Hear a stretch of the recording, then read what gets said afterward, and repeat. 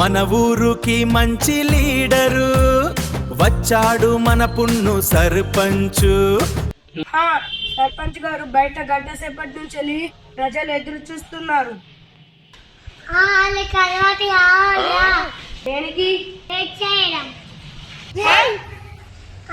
పెద్ద పెద్ద ఆఫీసులు అట్లనే చేస్తారా? నేను చాలా సార్లు చూసిన. సరే సర్పంచ్ గారు, మరి ప్రజల్ని పిలుద్దామా? ఆవు, ముందు నేను బిజీగా ఉన్నట్టు కనిపించద్దా? సరే రమ్మను.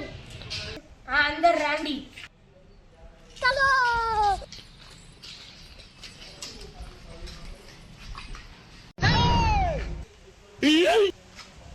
చెప్పండి సమస్య ఏంటో. సర్పంచ్ గారు, మా ఇంటి ముందట పండుగలు తిరుగుతున్నాయండి. వాటిని అడగలేవా? ఏమని? ఎందుకు తిరుగుతున్నారని. పండుగలతో ఎవరైనా మాట్లాడతారా? మరి నాతో ఎందుకు మాట్లాడుతున్నా?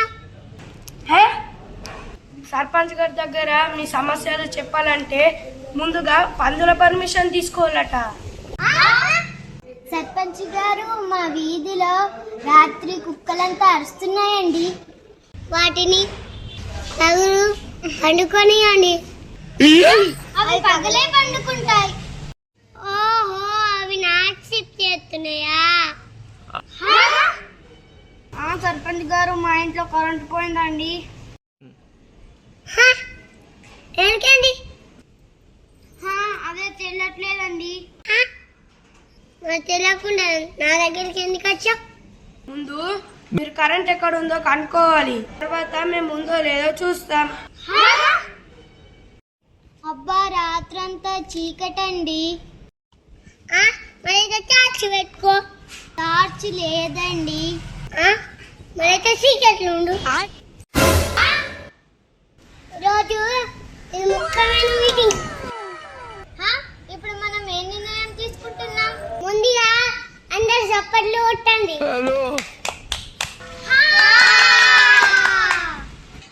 ఇప్పుడు చెప్పండి.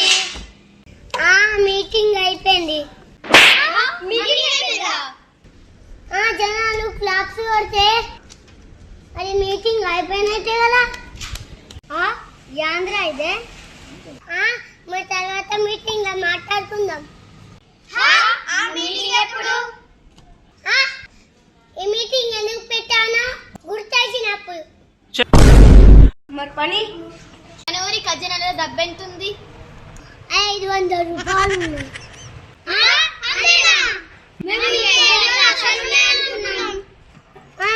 అవును, అంతే ఉన్నాయి. అభివృద్ధి ఎట్లా చేస్తావు? సెల్ఫీ దిగుదాం. మరి సెల్ఫీ ఎందుకు? అభివృద్ధి లేకపోయినా ఫోటోలు ఉండాలా? అభివృద్ధి లేదు కానీ ఫోటోలు అయితే ఫుల్.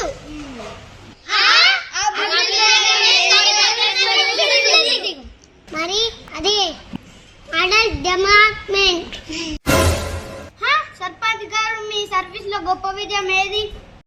మా ఊళ్ళో నన్ను ఎవరు మర్చిపోడు. అంత గొప్ప పని ఏం చేసావు? నేనేం పని చేయలేదు. మరి అందుకే గుర్తుంటా. సర్పంచ్ గారు, మీరు రాజీనామా చేస్తున్నారా? అవును, నేను చేస్తున్నా. ఎందుకు? మా అమ్మ పిలుస్తుంది. ఏమన్నా అర్జెంట్ పనా? హోంవర్క్ చేయాలంట.